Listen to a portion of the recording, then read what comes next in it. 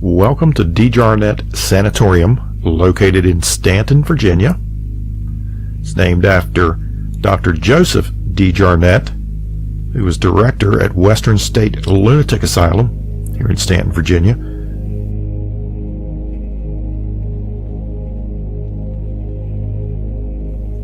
And a little bit of background on Dr. Joseph DeJarnette.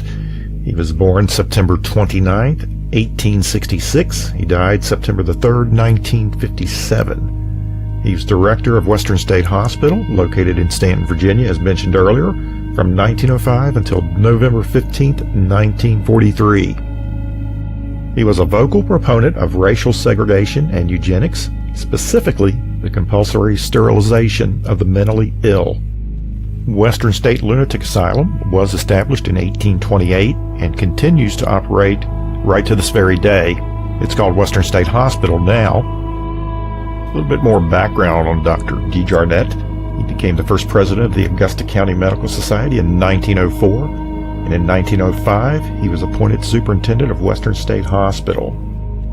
Reflecting the reform ethos of the progressive period, he revamped the hospital's therapeutic standards, banned physical restraints, unlocked many patients' rooms, and instituted a more sympathetic treatment of the mentally ill.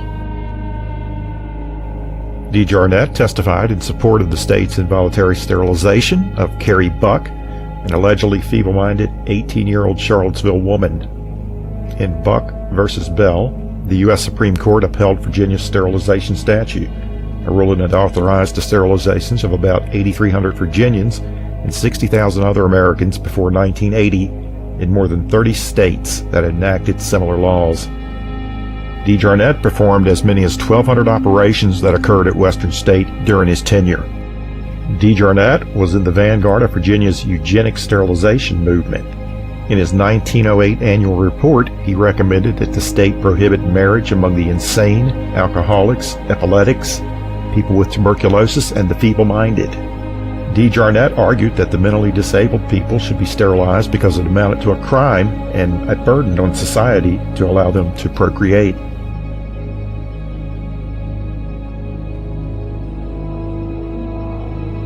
Beginning in 1933, when Nazi Germany instituted the world's most ambitious sterilization program, DeJarnette closely watched its progress and in his published annual reports provided favorably on Germany's programs. In 1934, he implored the General Assembly to broaden the scope of Virginia's sterilization law.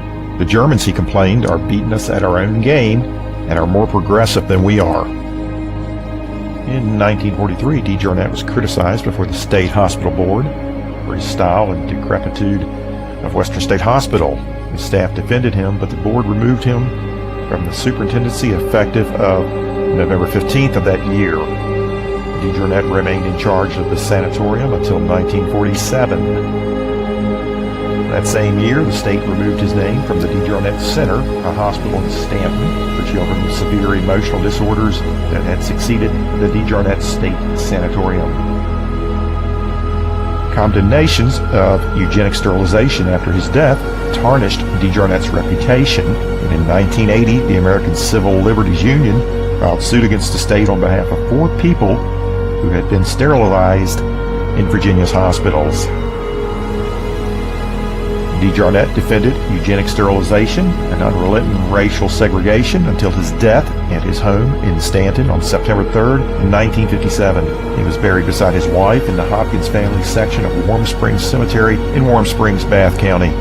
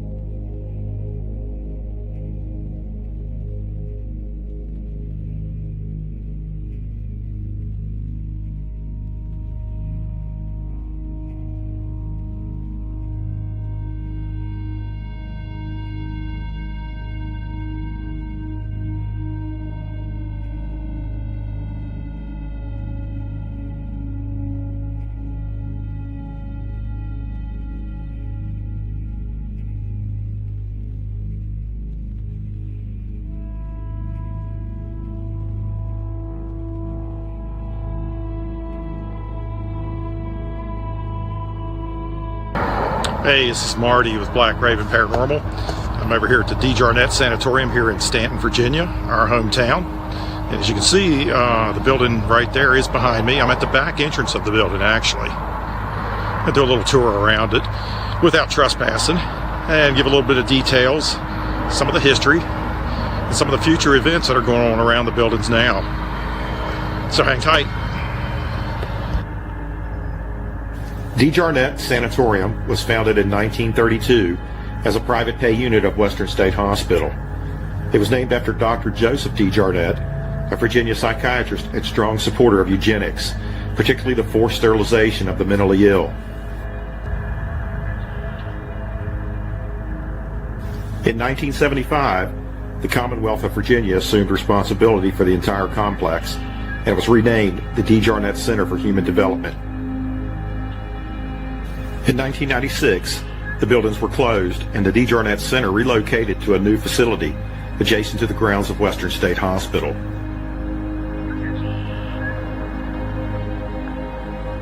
In 2001, the DeJarnette Center's name was changed to the Commonwealth Center for Children and Adolescents due to Dr. DeJarnette's support of eugenics. In the early years at DeJarnette Sanatorium, of course, they treated the mentally ill. But other people that wound up there were poor people, drunks, people that had addictions, anybody that really didn't fit into society. If they ended up there, there was a good chance they were going to be sterilized. And that we know of no known records that individuals were sterilized in the DeJarnette Sanatorium. We know that they were sent to Western State Hospital, and many patients there as well that were already there were sterilized. Out of about 8,000 people that were sterilized in Virginia, about 1,200 of them were sterilized at Western State.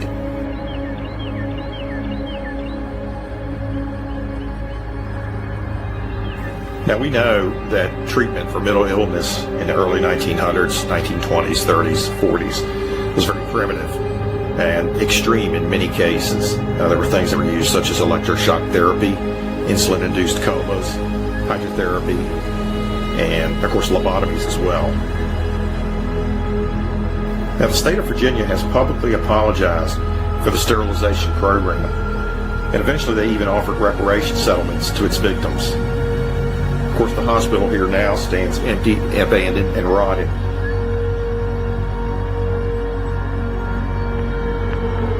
Now many people ask us, is DeJarnette Sanatorium haunted? Are the buildings filled with haunted activity? Several years ago, we were blessed with the opportunity to do walking ghost tours on the grounds of the DeJarnette Sanatorium. Unfortunately, we were not able to go inside the buildings due to safety and liability issues. There is a lot of asbestos that's scattered about. There's some areas that aren't structurally sound. And also, in some cases, there are still homeless people that are in and out of the buildings. Now, for our ghost tours, we were able to gather a collection of stories, personal experiences from people, staff, people that had worked there, city officials, police department, others that have been involved in some way or another with the buildings. And we were able to gather a pretty impressive collection of stories. Some of those things that have been relayed to us, some of the personal experiences have been things from people who have heard disembodied voices. They've been touched, poked, or prodded. There have been a few reports of seeing transparent patients in a gown and everything, only to disappear. And one story in particular, or experience that many have reported to us, is seeing an elderly gentleman, a very frail man, that was a patient there for many, many years. And they've seen him in numerous places throughout the buildings on different levels, different floor levels. The man's been deceased for about 30 to 40 some years, but yet it's been reported by staff that has worked there, as well as people afterwards once the buildings have been closed. Now, one of the things the American Frontier Culture Museum and the city of Staunton have taken very seriously is the amount of trespassing and people who are breaking into the buildings, vandalizing, doing damage, amateur ghost hunting, and whatnot. There are several signs posted along the property, the fencing and everything, about no trespassing. You will be prosecuted if caught. And the fine is quite steep. People have been caught. A lot of people have been caught lately. And, of course, they do have surveillance cameras up. If you look at the entrance and the exits from the building, there are what looks to be large mounds of dirt to block that. Actually, that's not dirt. That is shit. It's manure, and it was put there for that purpose. But yet there are still people, and you can see, that have dug through it to get in and out of the buildings. Just one little note to throw in there. It's a beautiful building. I hope it can continue to stand. I'd hate to see it torn down. I think the history, they're very negative in many aspects. It is history, and I don't think it should ever be forgotten. If you're in town, I highly recommend stopping by the sanatorium. You can get great photographs from the road, from the fencing. Just please don't trespass on the property. The Frontier Culture Museum actually owns the property, and as you can see, there is a lot of construction going on around the facility. Several restaurants are being put in place. Chick-fil-A, McDonald's, Bojangles, and a grocery store just down from that called Aldi's. The plan is to eventually take the buildings down, develop it, and put retail in that area as well. Well, at the current time now, I must say we do not know of any immediate plan to take the buildings down, but we do believe it's just a matter of time. Before something comes in, someone will purchase the land and the buildings will come down.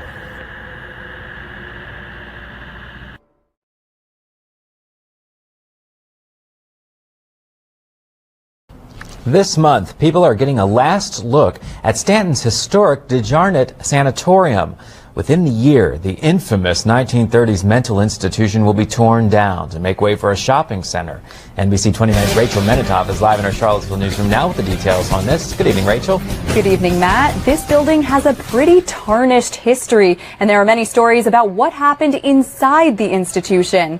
Through October, tour groups are getting the chance to explore the grounds and learn some of the haunted tales. Located on a hilltop just off Richmond Road. I ride past this big haunting looking building every single day, and I've always been really curious about it. The DeJarnette Sanatorium has been overlooking the city of Staunton since the early 1930s. It was a place where anyone deemed mentally unfit for society was sent. So I just didn't know that America could be capable of such horrific things. It's named after Joseph DeJarnette, the superintendent of the original Western State Hospital. DeJarnette was a strong supporter of eugenics and was known to practice all sorts of gruesome experiments on his patients. It's somewhat of a tainted history in regards to Dr. DeJarnette, his beliefs, those type of things. Those stories are coming to life through one final series of ghost tours this month, giving visitors an up-close look at the controversial institution. Within the year, the buildings will be torn down. The Frontier Culture Museum, which owns the building, says the landmark has become more of a hazard than anything. Over the course of the years, people have broken in and looted the place. Basically, anything of value has been removed, from copper to aluminum to cast iron radiators. So they're basically boarded up now, and they've become a very, very much of a danger because there is a lot of asbestos that's been disturbed. Although many would like to see this place restored and open to the public, history buffs and ghost hunters alike are taking advantage of the time they have left. I have a connection to the building now. I feel like I've been able to walk around. I know the things that happened inside of it. So it's definitely, I'll look at it in a different way from now on. No one is actually allowed inside the building because of a number of health hazards. The tour guides do tell me there are a number of documents, pictures, and file cabinets still left behind in the basement. Pretty creepy there. Rachel Menitoff in our Charlottesville newsroom tonight. Thank you.